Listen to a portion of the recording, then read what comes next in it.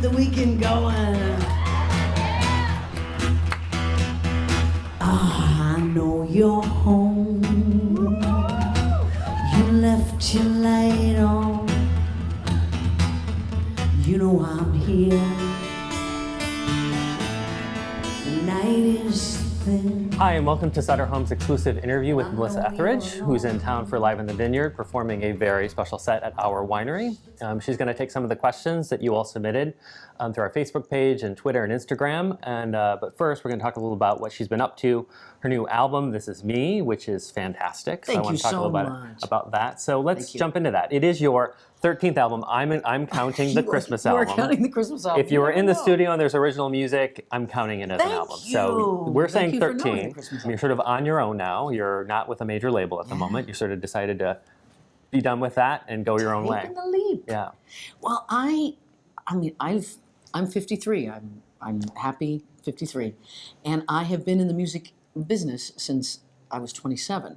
So I've seen from the 80s to the 90s to the turn of the century to now the teens.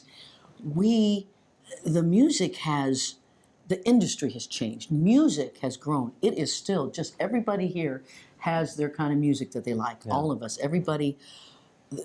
Music feeds us during the day. It gives us identity. It gives us strength. It entertains us. It puts us to sleep. Whatever it is, music is there. So after I had made a few albums, 12 to be exact, I saw that, look, I can make my albums, I can create this music, and I can share them with the fans, with the people who are looking forward to my music and who want that, without actually having to go through a big corporation anymore. So what was the approach with the actual recording of the album like? So, I mean, this time it seems like you've gotten, some different collaborators on board, different producers. The sound is really different, I think, and different in a very good way. It seems much more immediate. There's a ferocity to it. Yes. There's a real it's just it really gets you in a way I think that I haven't heard from you in a while. We're going to go have dinner later and he's just going to talk to me. So I really enjoy this. No, making this album, I learned so much about myself.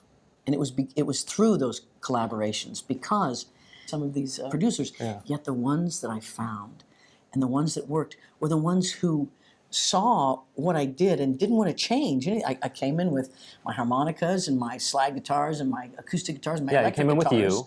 Came in with me. I said, here I am. What do you want to do? Let's play in this playground together.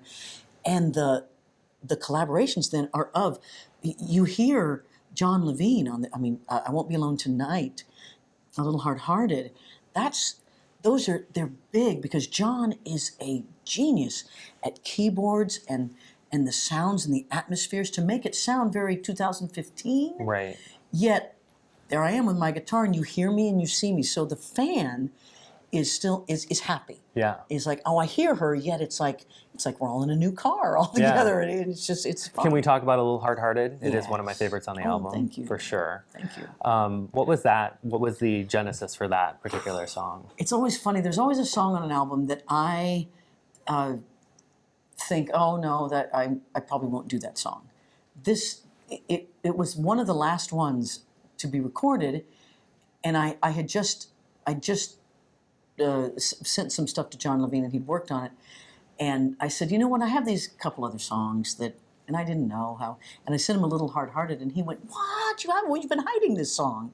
It was something that I didn't collaborate on. I just wrote the song, and then when I got with John, he put it all together. Now, the beautiful thing about it is Neela from the Lumineers, she was a big fan, I found out, and I did, I sent her a little video, her manager met me somewhere, and I found out she was a fan. And so as the sort of communication went, I said, I'm going to be in the studio for these 2 days in L.A. She's from Colorado.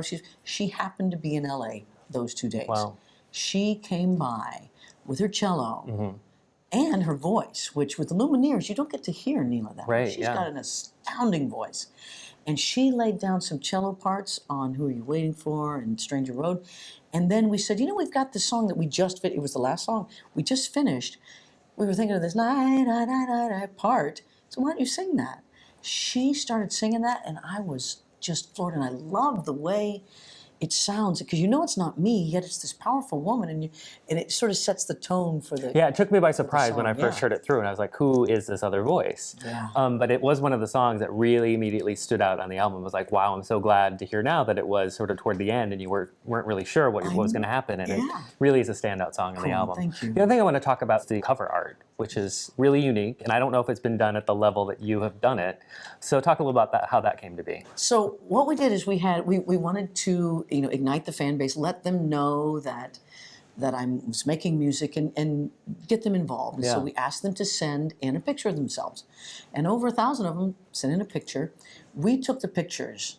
They created a photo of me with the photos of everyone, and it's so sweet because it's so metaphorical. I'm made up of my fans, right? And that's and this is me. They are me. That exchange of music and energy between the audience and myself is one of my favorites. Well, especially I think you were talking about how things have changed in the industry, and so right now I think the fan and artist, that connection is so powerful and so necessary at this moment that it really does, I think, sort of the perfect time to do something like that, especially where you're at with this particular album. That's why I love where the music business is going. It is more fan connected. It's more, I want to give the fan a special experience. Right. Do you mind if I sit down next to you?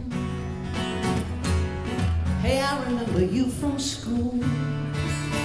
You seem to have a good Well, let's give some of your fans some special experiences by going through some of the questions that we received. One, this is sort of a general, lots of people submitted this question, and I'm sure When this am is... I going to be in their town? No, well, that does happen, and everyone wants Melissa in their town, if possible. Of all the songs that you've recorded, what is your absolute favorite? Songs are funny. My favorite song is usually the last song that I wrote. I just recorded some songs last week. Right now, that's my favorite song. Now, different situations, like what's my favorite song to sing on stage, that's going to probably be Like the Way I Do. Okay. I am always excited to sing Like the Way I Do because at this point it's about 20 minutes long. I don't know. I just play it, and I always go somewhere, no matter what the audience, no matter whether they're sitting, standing, drunk, sober, whatever they are, Like the Way I Do, usually I completely connect with the audience on that song. This is an interesting question. I'm not familiar with this, so I'm going to ask you if this is in fact true. I do think this is creative if it is true. Margaret wants to know, does the fan still carry the window to your concerts? For years, every concert I attended, and there were many, one of your faithful would hold up that window. Wow, she probably lives in the D.C. area, because the fan, I think it's D.C., it's around there, it's the East Coast. There is a fan who started showing up in 1994 with a window, and that's not easy. No, that's not easy. But I found out. That's why I was like, I wasn't sure if this. I wanted to ask the question. But finally, I figured out she had. It's like a fold-up window. It's like this crazy thing, and then she put the stuff I'm thinking on, like the wood frame, and like how do you get that into a venue? No, right, she and then pops the thing out. And I just saw it my last tour in November. She came again. I was like, look, there you are. Awesome. There's the window. Some things don't change. So I know you've got some dates still in the U.S. before you head to Europe for some dates. I know you're doing a mix of solo shows and some band shows. Yeah. What is it like to think back to when you started your career, even before you started your career, when you're just starting out with music, performing on your own, performing with the jazz band, and through high school and that and beyond, and now going overseas, sort of as a regular thing, or over your career, and having that response. That was probably the biggest surprise to me when, on my very first album, my manager said, "You're doing really well in Australia." I said, Australia? Yeah. I hadn't even thought about Canada at this point. You're like, I hope I get up north, and you're like, whoa. Yeah. So and when it became Germany and Holland and these, unfortunately, when you grow up in Kansas, your world is very small, and you don't realize that music reaches all around the world. That even English language, even language barrier, the music still goes speaks over there. It all, and the fans over there are incredibly loyal, and they're so excited. They're so into it that I really look forward to getting over there. We hope to see you there on behalf of them. Shannon says, you've been making great music for decades and, of course, putting on awesome concerts. What's your inspiration? What drives you? Life drives me. I believe very deeply that the whole reason that we're here is to create, is to to get up that day and create whatever it is that you are loving and doing.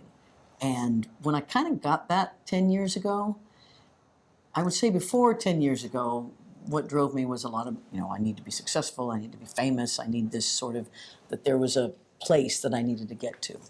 After breast cancer and big changes 10 years ago, now what drives me is that I wake up every day and I'm here and I get to do this. And I love to do this and I get to share this with so many people. So I love it. Robin says, because your lyrics tend to reflect your life's journey, do your kids ever ask you about a specific song and who it's about?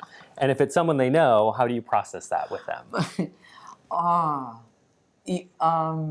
Yes, and it's funny because I wouldn't have written some of those songs had I known I would have children that were listening to them, and my sweet children, my daughter who's 18 now, and I just love her to forever. You've never seen anything until you've seen me blush when she sings "I Want to Come Over" and says, "Mom, you are such a stalker," and then she'll lip sync "I Want to Come Over," and it's just I have. It's a different way for kids to get at their parents a little bit, right? It's like you have a totally different. They have you have the photos from the album, from the tours, you have like the whole history of things. Let's see Mom's mullet. Right. It's so easy to Google all that too, right? Exactly. To see what's going on. Internet. I don't get away with anything. We're going to talk about a little bit about your influences. We have some questions about that. Peggy wants to know when and where and why did you first start playing guitar? What brought you to the decision that you wanted to write songs and sing? I was in the Midwest. I was in Kansas, Leavenworth. No one in my family was musical. Nobody on the block was musical. It wasn't around, except it came out of that television and it came out of the radio. And I loved it. One of my first memories is when I was 3 years old and it was the Beatles. I want to hold your hand. It was like angels singing. And so I would listen to and pretend to play this. And then my father brought home a guitar for my older sister and said that I couldn't take lessons because I wasn't old enough, and I kind of threw a fit. And I said, as kids do when they are left out of that sibling thing, right? They're like, why her, not me? Yes. And so the teacher said, well, her fingers are going to bleed and she's going to stop, but okay, you can bring her. And I started, and my fingers bled, but I didn't stop. You haven't stopped, and we thank you for that. Now. Who are some of your favorite singer-songwriters? This is Brian. Who influenced you? Oh, well, I think Bruce Springsteen is obvious. I love Peter Gabriel. Oh, I was watching something of his, the other performance of his, and I just crazy about him. Like Joni Mitchell, love her lyrics. Joan Armatrading. Paul Simon. I love the sort of singer-songwriter who takes their life and paints with it. That's my favorite. He sort of puts it all out there, I think, too, right? Mara, what is your advice for my 14-year-old daughter who is a singer-songwriter, guitar and piano player and determined to get a record deal? You actually met her when she was 10 in Santa Rosa. Oh, wow. A woman approached me recently who had been to one of my concerts when she was 11, said it really influenced her to start playing music, and her name is Taylor Swift. Wow. So, girls, you can do anything. I would tell someone, she's 14, I would say, do what you love. Make the music you love. You've got a lot of life to live. Don't put an end date on, if I don't have this, it means I'm not successful. That doesn't exist. If you are making music and you are loving it and you are singing for people or playing for people, whatever you're doing, sharing that experience with people, and they are listening, then you are successful. So keep doing it and living your life as if you are successful, and then you will be successful. And just hang in there. You can get a burst, and there will be that, but it will also go down and then come up, and just, do I have hit songs all the time? No. Yet I get to do what I love. I am so very successful. Enjoy the ride. Yes, right? Yeah. Yes, that's what I would say. Paula says, I've seen you twice in concert in Charlotte and loved every minute of it. I've never seen someone play guitar and put on a show the way that you do. My one question for you is, how does it make you feel knowing that your music has inspired so many different generations of people in such a positive way? Sometimes it's hard for me to see things like that because it's hard for me to experience what I am in the world. because my world doesn't really have me in it. Right. So yeah. except It's from like this, hearing your from own this voice, point, like hearing yeah, your it's singing like, voice. You're okay. just living life. Yet, anyone who ever recognizes me will come up and share what the music means to them. And I've had now, almost 30 years of that, and I'm starting to believe it, Yeah. and so it feels wonderful, and I feel special that I was able to share in so many people's personal experience, and I take it as a great responsibility, and it kind of keeps me doing good.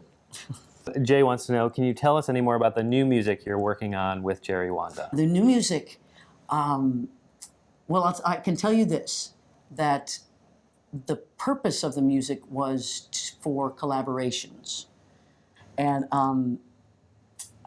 that's all I'm going to say right now. And Jerry had produced the Fugees, done some work with the Fugees and Mary J. Blige, yeah. right? Oh, he's just a super talented guy and just a real sweetheart. So some other sort of future plans questions came through from fans. Parker wants to know if you could do a duet with anyone, who would it be with? And have you done many duets before? It doesn't seem that you've done many recorded duets. You've done some duets, I've sung like with a lot of things people. live. Yeah, did a lot. Yeah, Bruce Springsteen and I. That was probably my favorite. An out-of-body experience, I imagine. Yeah, that right? was like, can I stop time right now? Yeah, that was probably my favorite. People I haven't sung with that I would love to sing with is like Peter Gabriel. I've never sang with Steven Tyler of Aerosmith, and I just would really like to scream and holler with him a little bit. Would that be on your bucket list? Is that a bucket list thing? Yes, I would say that's a bucket list thing. Have you ever thought of acting or directing a movie, Debbie wants to know? Maybe even a movie on your life and the challenges you faced while growing up. Oh my Is gosh. that something that you would think about doing, possibly? I don't know if I do a movie about my life. That kind of feels weird to me, but ask me again in 10 years. I've always wanted to act, because I just think it's really cool, and I think all musicians want to act and all actors want to sing, because that's just. I think they're sort of twined in a lot of I think ways, we are. right? It's a way of entertaining that's not what I normally do, and I don't know if I'd be really any good at it. Yet I did marry a filmmaker and a television producer, and so the opportunity will probably be there. We'll see. We'll see what happens. Mm-hmm. Diane says, I heard you were working on a Broadway play. Mm-hmm. Is that in the works? She loved you in American Idiot. I think you subbed for I subbed for Billy Joe. a week, right? How was that? The Green Day. That was probably one of my favorite weeks ever. Linda and I are nearly complete, and so I think in the next couple of years you'll see something. So Grammy winner, Academy Working Award on winner. it, EGOT. EGOT. Working on she the knows. She EGOT. knows what we're talking about. Back then, you were gonna make it big, but it's divorced now with a couple kids. That brings you back to Talking about Live in the Vineyard, you're in town for this. You've been here before, about 5 years ago for Live in the Vineyard. Want to talk a little about that, about what your feelings about the event and the idea of wine and music coming together. Well, wine and music have come together forever. I think that's natural way of performing music, is to a relaxed audience, to that sort of thing. So I love being the music behind that experience with them. Of course, here at the Vineyard, and that's just it's just so beautiful. Joanne wants to know, are you a red or a white kind of girl? I'm a red kind of girl. What was the most profound aha moment in your life thus far, Karen wants to know. Oh, probably cancer, probably breast cancer. When it became very clear to me what health and spirit was, that my decisions I make completely affect my body and my health. That was probably a big aha moment for me. Phyllis wants to know, what talent or skill that you don't already possess would you most like to have, and why? I would love to play the bagpipes. I don't The know. bagpipes. The Yeah, I know what bagpipes are. I was just not Yeah, I putting the know. two not me. together. No. Don't you love that sound? It's But you such have an- to be a really good bagpipe Well, player. yes. Or it's- people will not want to be or around they want to kill you. For That's like- sure. I would have to have my own room. Absolutely. So- Well, I'm happy that you've been sticking with the guitar and that sort of rock for quite some time now, and I appreciate you taking the time to answer our fans' questions. My pleasure. Thanks for participating live in the Vineyard, for being our guest at Sutter Home. Everyone should check out Melissa's new album, This Is Me. It's in stores now. It's streaming.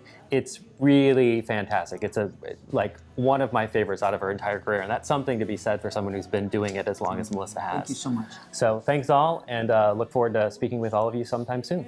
those changes come around, and you don't know what might be waiting for you.